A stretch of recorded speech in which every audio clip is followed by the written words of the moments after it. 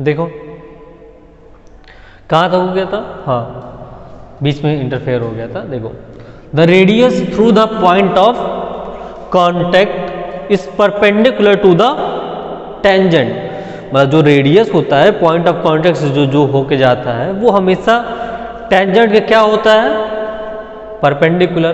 तो इसको प्रूफ करने की जरूरत है नहीं, लेकिन हम लोग जानते हैं कि कैसे प्रूव होगा। कैसे होगा भाई प्रूफ? हम लोग एक वर्चुअल लाइन यहाँ से ड्रॉ करते हैं, इमेज एक लाइन को ड्रॉ करते हैं। अब चेक करेंगे, देखो ओ क्यू यहां तक, इसको क्या बोलेंगे हम लोग, रेडियस। मान लेते ओ एस क्या है, रेडियस है, और ओ क्यू हमेशा क्या दिख रहा है, O Q always greater than O S. O Q is always greater than O S, so O Q is always greater than O P. इसका मतलब ओ पी जो है, O P is the shortest distance. OP the shortest distance है कि नहीं between centre and tangent. OP क्या है हम लोग का, शॉर्टेज डिस्टेंस है। और शॉर्टेज डिस्टेंस होती कौन सी है, जो लाइन परपेंडिकुलर होती है। अगर हम बात करें कि अगर आपसे कोई चीज की सबसे मिनिमम डिस्टेंस क्या होगी, तो वो अगर आप उसके परपेंडिकुलर जाएंगे, अगर आप उसके एकदम परपेंडिकुलर जा रहे हैं तभी वो डिस्टेंस क्या कहलाएगी, शॉर्टेस्ट डिस्टेंस कहलाएगी। अदरवाइज डिस्टेंस शॉर्टेस्ट कहाँ रह जाएगी। तो अगर हम लोग प्रूफ कर दिए कि OP is shortest distance, so OP is perpendicular to tangent A B. तो इसको प्रूफ करना कोई खास बात नहीं है, इसको मेन हमको कॉन्सेप्ट याद करना है, क्या, radius through the point of contact is perpendicular to the tangent. मतलब जो रेडियस होती है कहाँ से, पॉइंट ऑफ कांटेक्ट वाली जो रेडियस होती है वो टेंजेंट पे क्या होती है, परपेंडिकुलर होती है। टेंजेंट पे क्या होती है, परपेंडिकुलर होती है। नेक्स्ट हम लोग क्या देखेंगे, अभी हम लोग किसकी बात कर रहे थे, इंटरनल पॉइंट क्या होता है, एक्सटीरियर पॉइंट क्या होता है, उससे से रिलेटेड कुछ टर्म्स हैं। देखो एक कोई सर्कल है, एक कोई दूसरा सर्कल है, एक और सर्कल बना लेते हैं हम लोग, ठीक है।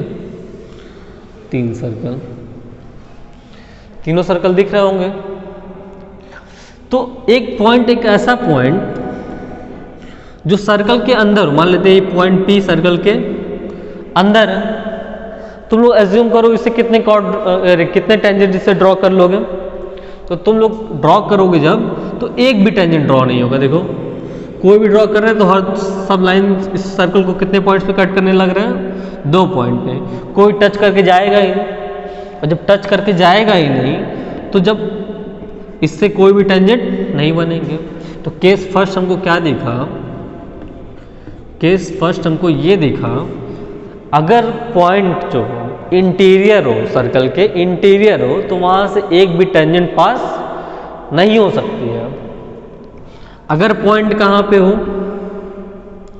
अगर पॉइंट सर्कल के ऊपर लाई करे, सर्कल के ऊपर, तो सर्कल के ऊपर अगर लाई करेगा पॉइंट, तो वो सिर्फ एक, उससे होकर सिर्फ कितनी टेंजेंट जा सकती है, एक टेंजेंट, एक से ज़्यादा टेंजेंट नहीं जा सकती उस पॉइंट से, ठीक है।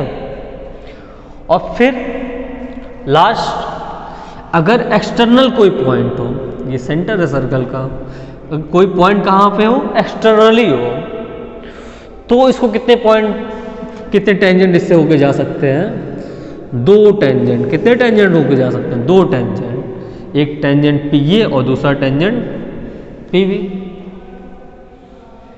एक फिर हम लोग पढ़ चुके हैं कि अगर सर्कल है, टेंजेंट है, तो यहां से अगर रेडियस ड्रॉ करेंगे तो ये इस पे क्या होगा, परपेंडिकुलर होगा। सेकंड थ्योरम बस हमको इसमें ये पढ़ना है, इससे रिलेटेड पढ़ना है। इसको हम लोग बोलते हैं लेंथ ऑफ टेंजेंट। इसमें इसको क्या बोलते हैं, लेंथ ऑफ टेंजेंट। तो प्रूफ ये करना होगा कि जो लेंथ ऑफ टेंजेंट होते हैं वो आपस में क्या होते हैं, इक्वल होते हैं। बस यही थ्योरम हम लोग कल प्रूफ करेंगे। आज के लेक्चर में बस इतना ही है। क्या क्या पढ़े हम लोग? सर्कल क्या होता है, सर्कल से रिलेटेड टर्म्स, सर्कल कॉर्ड क्या होता है, रेडियस क्या होता है, सेंटर क्या होता है, आर क्या होता है, ये सब हम लोग जाने। ठीक है। फिर एक थ्योरम के अबाउट डिस्कस किए कि जो टेंजेंट होता है वो रेडियस पे परपेंडिकुलर होता है, रेडियस जो होती है टेंजेंट पे परपेंडिकुलर होती है। And last thing is that if a point is inside the circle then there will be no any tangent passes from that point.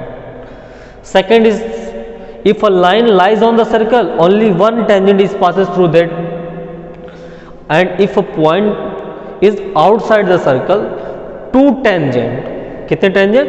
दो टेंजेंट उससे होकर जा सकते हैं। तो आप लोग इतने का नोट्स बनाइए, इतने अच्छे से तैयार करिए, फिर कल हम लोग फिर मिलते हैं।